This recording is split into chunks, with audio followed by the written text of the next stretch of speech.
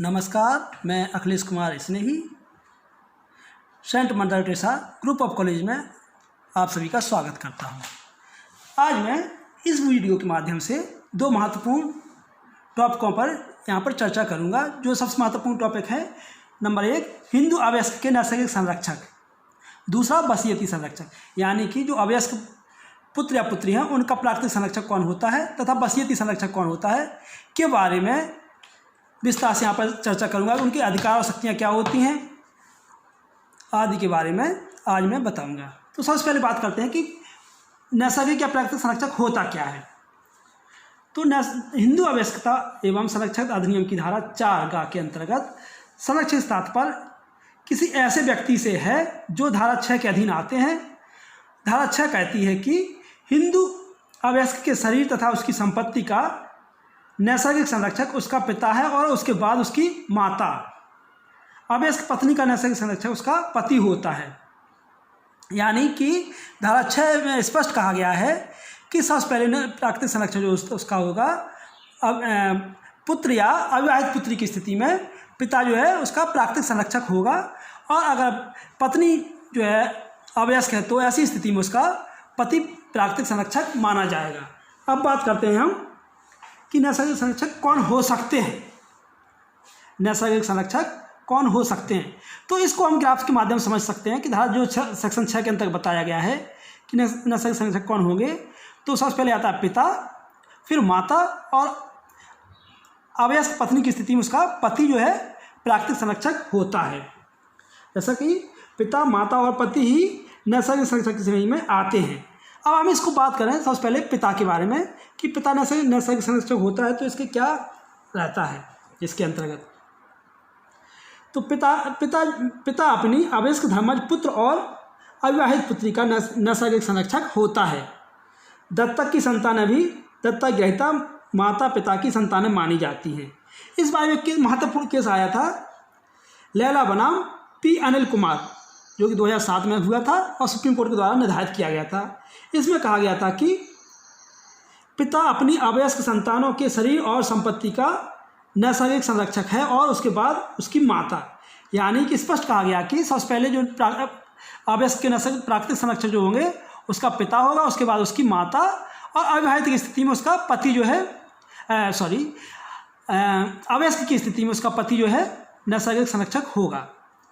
अब बात आती है कि माता के बारे में। तो माता के बारे में बात करें तो हम पिता के पश्चात माता अपने अवयस्क धर्मज पुत्र और पुत्री अविवाहित पुत्री की नैसर्गिक संरक्षक होती है। पिता के जीवन काल में भी उक्त संतानों की नैसर्गिक संरक्षक होती है। जब पिता अन्य धर्म स्वीकार कर लेता है या सन्यासी हो जाता है तब माता ही धर्मज संतान की नैसर्गिक संरक्षक मानी जाती है। यानी कि अगर किसी ने पिता ने धर्म त्याग दिया है या सन्यासी हो गया है तब माता ही नैसर्गिक संरक्षक मानी जाती है।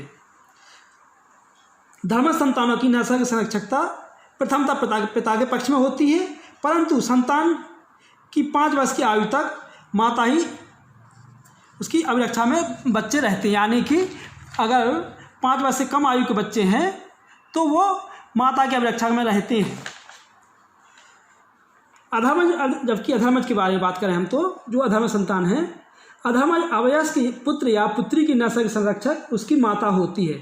इसके पश्चात उसका पति उसका संरक्षक होता है। इसी प्रकार पिता तथा सौतेली माता और सौतेली पुत्र या पुत्री का नैसर्गिक संरक्षक नहीं हो सकते हैं। अब हम बात करते हैं कि पति के बारे में कि पति नैसर्गिक संरक्षक हो सकता है कब। पति अवयस्क पत्नी का नैसर्गिक संरक्षक उसका पति ही होता है। यदि पति स्वयं अवयस्क है तब वह पत्नी की संपत्ति का नैसर्गिक संरक्षक नहीं हो सकता है, वह सिर्फ इसके शरीर का संरक्षक होता है। कहने का अर्थ है कि अगर पत्नी के पास संपत्ति है तो वो उसका संरक्षक नहीं होगा। जब 20 वर्ष केवल वो है पत्नी के शरीर का संरक्षक माना जाता है। धारा 10 में उल्लेख करती है कि कोई भी अवयस्क किसी भी संपत्ति का संरक्षक नहीं हो सकता है। अब हम बात करें कि इसके संरक्षक के अधिकार क्या होते हैं। प्राकृतिक संरक्षक के अधिकार क्या होते हैं। जो अवयस्क पुत्र हैं उनके जो प्राकृतिक संरक्षक होते हैं उनके क्या अधिकार दिए गए हैं। तो सबसे पहले जो है हिंदू आवश्यकता तथा संरक्षण अधिनियम की धारा 8 में नैसर्गिक संरक्षक के अधिकारों को बताया गया है। वे अधिकार जो हैं नंबर 1 है जो धारा 8 में बताए गए हैं कि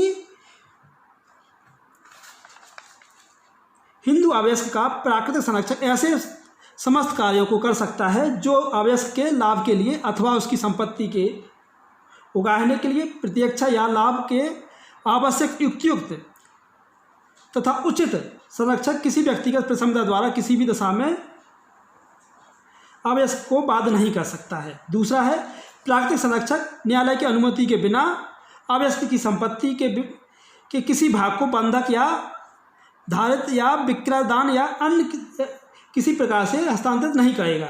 यानी कि धारा स्पष्ट कहती है कि अगर वो संपत्ति बेचता है तो इसके लिए उसको न्यायालय से अनुमति लेना पड़ेगी। अगर हम इसके शॉर्ट अधिकार के बारे में बात करें कि इसके प्रमुख अधिकार क्या हो जाएंगे, तो जो है इसके प्रमुख अधिकार हो जाएंगे नंबर 1 अभिरक्षा का अधिकार, दूसरा अपात्यों के धर्म निर्धारित करने का अधिकार, अपात्यों की शिक्षा निर्धारित करने का अधिकार, यानी कि जो अवयस्क बच्चे हैं उनकी शिक्षा का अधिकार, उनके संरक्षण का अधिकार और उनकी संपत्ति का अधिकार रहता है किसी प्राकृतिक संरक्षक के पास।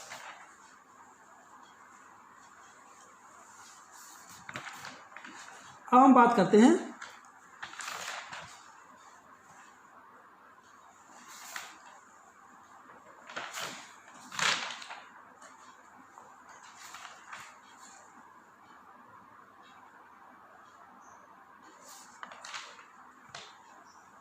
आवश्यक का वसीयती संरक्षक के बारे में हम बात करते हैं कि आवश्यक का वसीयती संरक्षक क्या होगा।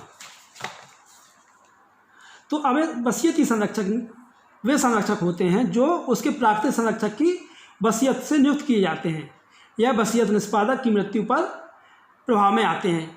मतलब कहने का अर्थ हुआ कि आवश्यक का वसीयती संरक्षक वह होता है जो वसीयत में निर्धारित किया गया है और ये वसीयतकर्ता की मृत्यु के पश्चात ही प्रभाव में आते हैं। अब वसीयतकर्ता के अधिकार क्या होते हैं? वसीयतकर्ता के अधिकार और शक्तियाँ।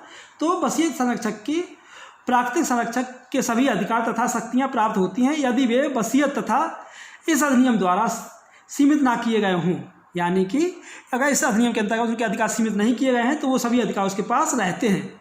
वसीयती संरक्षक का यह कर्तव्य है कि वह उसकी देखभाल करे तथा यदि कोई व्यक्ति आवश्यक की संपत्ति का संरक्षक होता है तो उसे आवश्यक की देखभाल करने के लिए धन के लिए न्यायालय में प्रार्थना पत्र देना पड़ेगा कि मुझको इसके संरक्षण के लिए इतने संपत्ति की आवश्यकता है, तो न्यायालय उसको जो नियम लागू देगा वो उस पर लागू रहेगा। तो ये आज का हमारा टॉपिक था छोटा सा, जो कि बहुत महत्वपूर्ण टॉपिक है। ये अधिकतर LLB की परीक्षाओं में आता है। दोनों टॉपिक में से एक कोई टॉपिक जरूर आता है। अगर आपको वीडियो पसंद आता है तो लाइक कीजिए, सब्सक्राइब कीजिए हमारे चैनल को। Thank you.